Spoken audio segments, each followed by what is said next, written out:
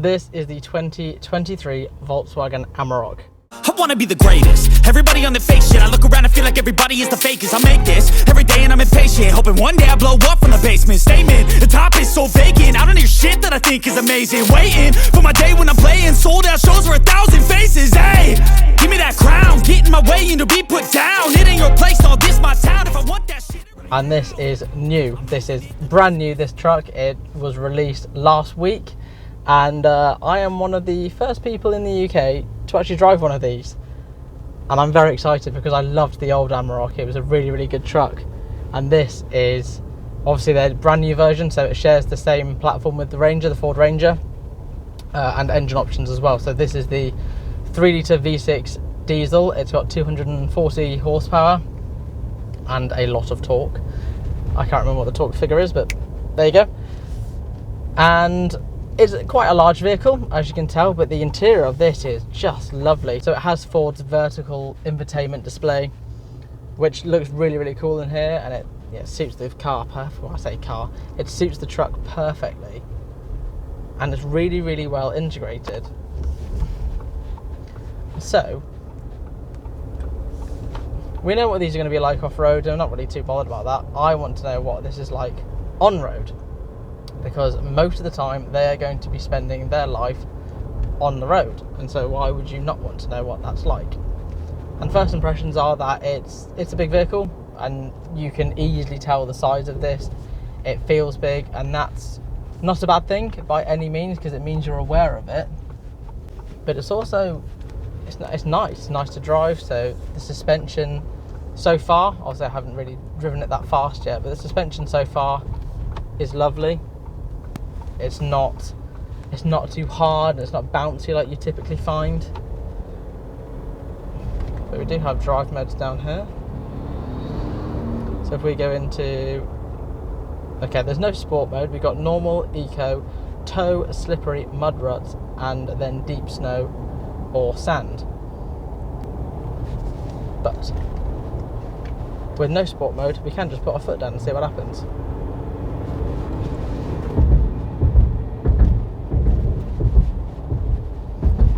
So over the bumps, perfectly fine. It's a truck, as you'd expect it to be. And its handling dynamics. This engine is very, very powerful. There's a lot of torque on this. It's getting up this hill section here, absolutely no dramas at all. And even when we're going around the corners and there's bumps on these corners, it doesn't upset the truck at all. Wow. Dare I say it, this truck, or the Amarok, is very fun to drive. It's weirdly exciting driving something this big down a tight little alpine course like this, because it's doing it with not much complaint. Obviously it's a big truck, you get that, but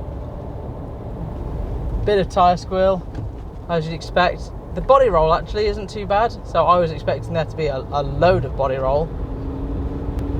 God, this engine is nice. Sounds good as well.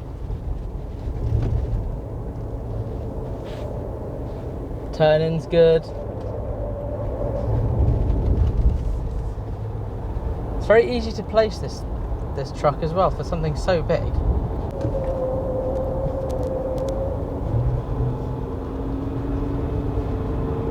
It does understeer a bit and it does push out, but that's to be expected of something that weighs quite a bit. But the visibility actually is very, very good in here. I can see everything, and I really did not expect that, because inside it feels quite cozy, I think is the word I would describe it. You know, it's comfortable, but you feel like you're in. You know, you're very surrounded. Whereas I can see all four corners. I can see out the back, no problem. I can even see the rear bed, and this is so much fun. This is one of the most fun things I have done today, slinging a truck around the course at Millbrook. Everything looks really cool. So you have this digital driver display here.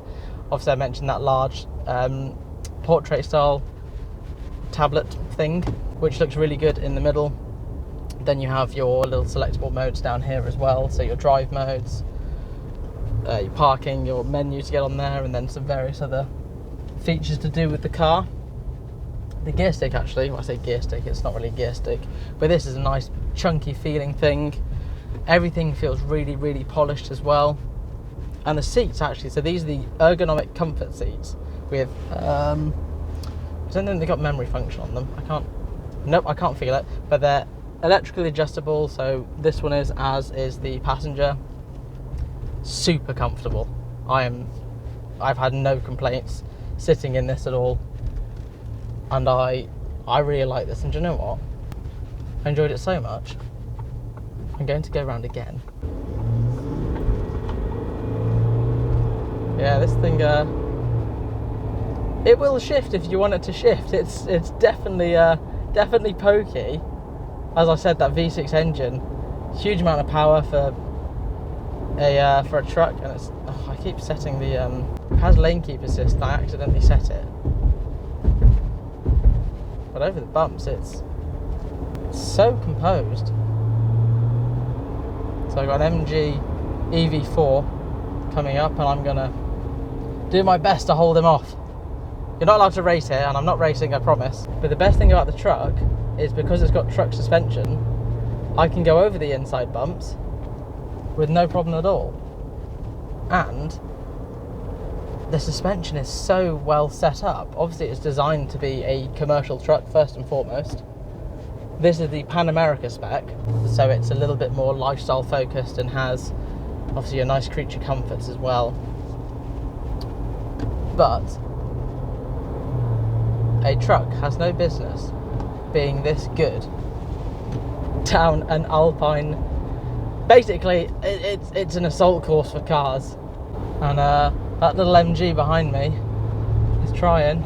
I'll be gentle, let him go past, and then stick behind him again. So that's a little electric thing, and I'm in a big 2.5 ton truck. But this is so enjoyable. And again, the visibility, I can see everything. I see all the way around the corners, and going up the hills, the engine has more than enough power to make it with zero fuss. Yes, this is Volkswagen and Ford. You have made an exceptionally good truck. This is brilliant. I love this thing so much. I like being sat in it. I like the way it looks. I like a lot about this thing. And this is the only car, or the only vehicle I've driven today where I've gone round twice, because it's fun. And I love the fact that you can still buy this with a V6 diesel,